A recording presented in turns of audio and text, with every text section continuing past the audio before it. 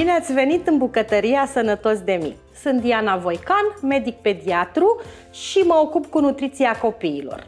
Astăzi vom găti un preparat sănătos, delicios și rapid, rozumus. Ce este rozumusul?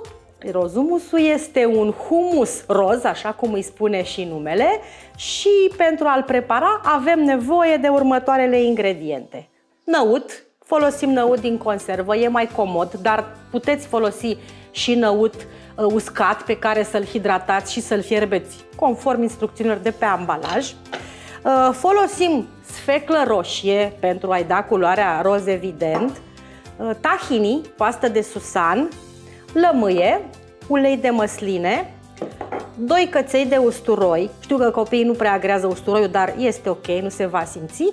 Iar pentru decor, muguri de pin. Opțional, putem pune și puțină sare și piper, dar asta se poate omite. Și zic să ne apucăm de preparat rozumusul. Încercăm să scurgem zeama preparatului cât mai mult și îl punem în blender. Orice chopper, orice blender, chiar și acel mixer vertical sunt potrivite pentru a face humusul în general și rozumusul nostru în mod special.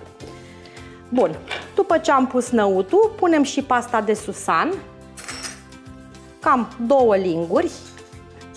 Rețetele le găsiți cu ingrediente, mod de preparare pe site-ul Sănătos de Mic. 2 linguri de ulei de măsline. Încercați să achiziționați un ulei de măsline extra virgin, este cel mai sănătos, dar orice ulei de măsline poate fi folosit. Și pentru culoarea roz am zis că folosim sfecla. Sfecla roșie este o legumă plină de vitamine, este printre legumele campioane la vitamina C. Vitamina A este o vitamină pe care o găsim în general în legumele și fructele de culoare portocalie, dar și în cele verzi și chiar și în sfecla roșie. Este un preparat simplu pentru că se pun încă de la început toate ingredientele, 2 căței de usturoi, o să punem și un strop de sare și piper și sucul de la jumătate de lămâie. Mixăm până obținem humusul nostru.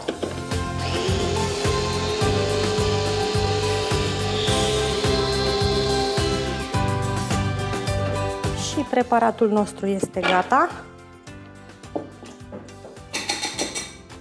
Avem aici un humus roz minunat. O să-l transferăm într-un bol.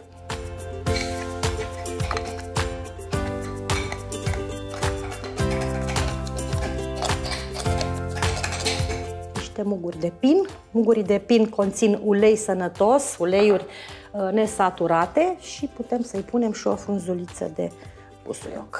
Și acesta este preparatul nostru, un preparat sănătos, rapid, nu cred că a durat mai mult de 10 minute să-l facem.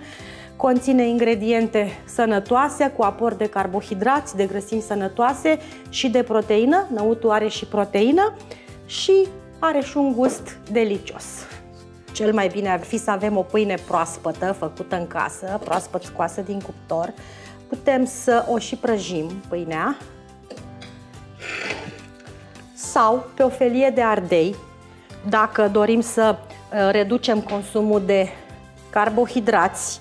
La copii nu este cazul, ei au nevoie de carbohidrați pentru energie, dar pentru noi putem să-l întindem pe o felie de ardei sau chiar pe o lipie. Am aici niște lipii. Sunt lipii din comerț, dar și mai bine ar fi dacă le-am preparat în casă. Și avem o mulțime de variante de a ne bucura de acest minunat preparat.